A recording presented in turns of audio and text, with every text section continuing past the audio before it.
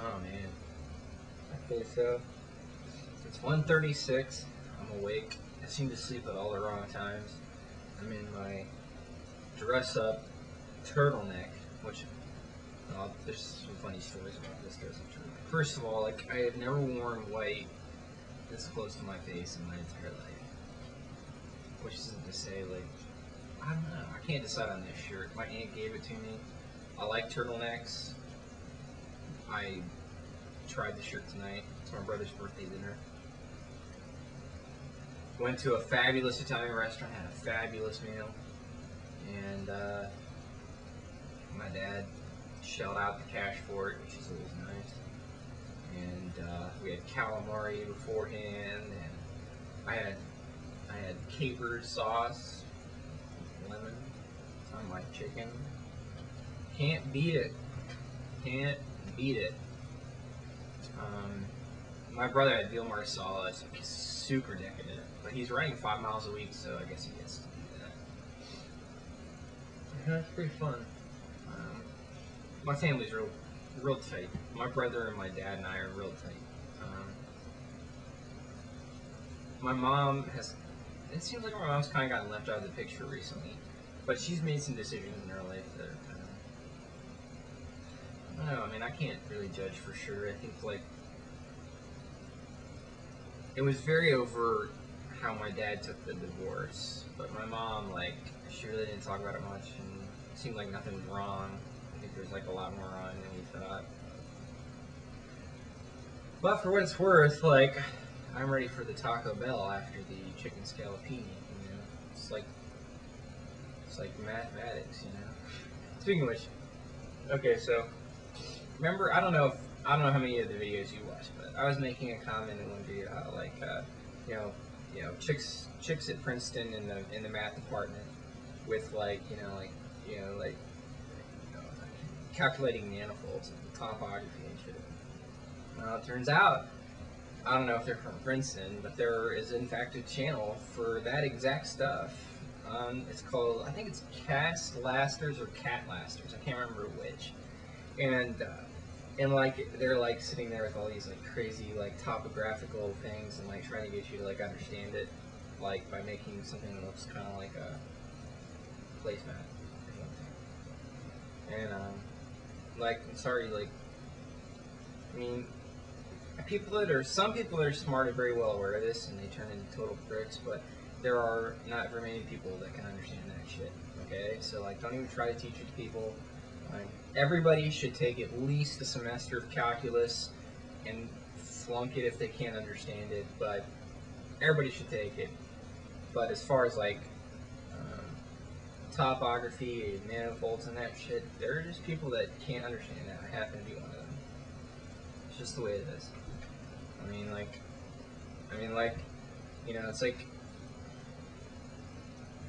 I don't know how, I mean, like, it's like, I've always been a bit of an elitist, and people who are elitist, of course, tend to have the attitude that they're part of the elite. I think that's, like, natural. I mean, you don't necessarily, like, say, okay, well, I'm an elitist, but, you know, I suck, you know, so, like, I'm not part of the elite, but I'm an elitist. That's bullshit. No one does that. So anyway, like, making a long story short, like, when you find out, gee, topographic manifolds are a little bit beyond my brain capacity, and even when you do it with pipe cleaners, it doesn't make any sense to me. But and I think elitism has been like kind of like a hot topic on the past few like video logs, like the jazz community. I just bought a book on guitar, and I'm trying to like learn. I look, if you hear me play guitar, which I will play guitar for you over the next few weeks, but I don't want to embarrass myself totally. I'm trying to like learn a little bit before.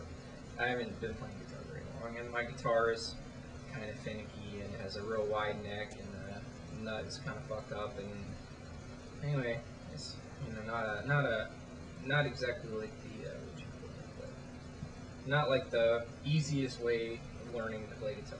But anyway, I bought this really good book on guitar. I'm gonna belch out loud and it's gonna be gross. And they talk about how well they have a section on jazz, and they're like, well, you know, jazz. A lot of people find jazz a very rewarding style to play.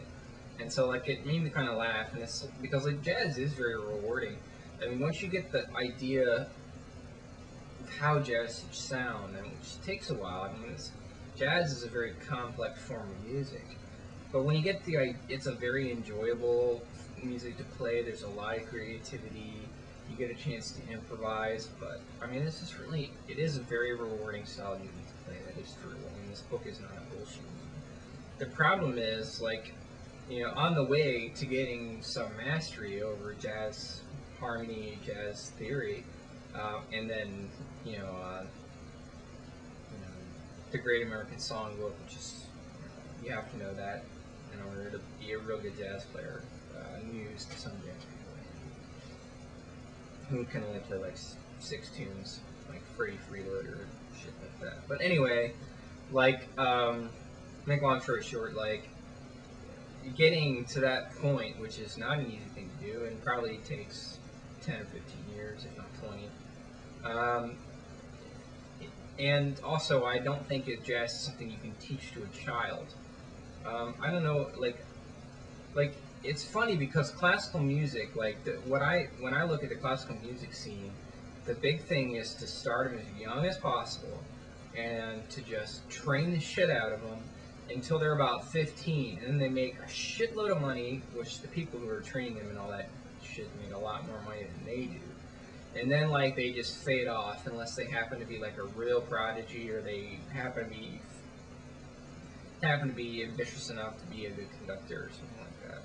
Like Vladimir Ashkenazi would have disappeared if he hadn't been able to really make a name in conducting. He was a much better piano player than he is a conductor, but he's talented enough as a conductor that he can make it. Anyway, the classical music scene really, that seems to be the way. With jazz, like, most people I know that are good at jazz didn't start trying to play jazz when they're 5 years old.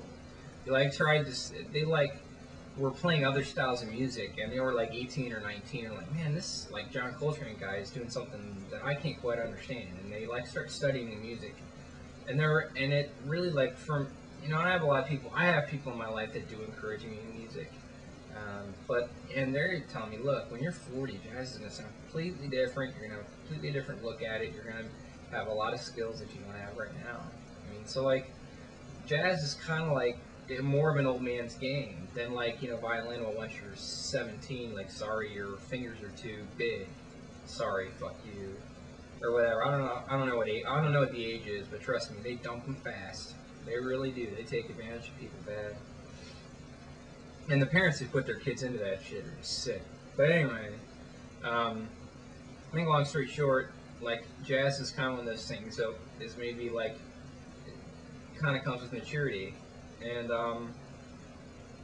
but that learning phase, which I'm still in, people will say some outrageous shit to you, and there'll be people you look up to, and there'll be people you're trying to hang with and trying to understand what they're playing, and they will say some outrageous shit to you, and it's very elitist,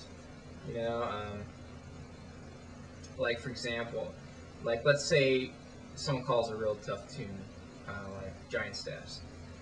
Okay, so you play Giant Steps as best you can. You play the changes, and really, I mean, like, if you can play the changes to Giant Steps, I'm gonna run out of time, but I'm gonna try to get this bit in. If you can play the changes to Giant Steps, that's a pretty big feat. It takes a long time to play it. Well, if you're a really good player, playing the changes to Giant Steps straight out is kind of bullshit, and not the way to be. Well, so then, you got a guy come down on you. Why the fuck did you just play, like, that particular scale on Giant Steps? Because that's not the way it's supposed to be played. Yeah, and it's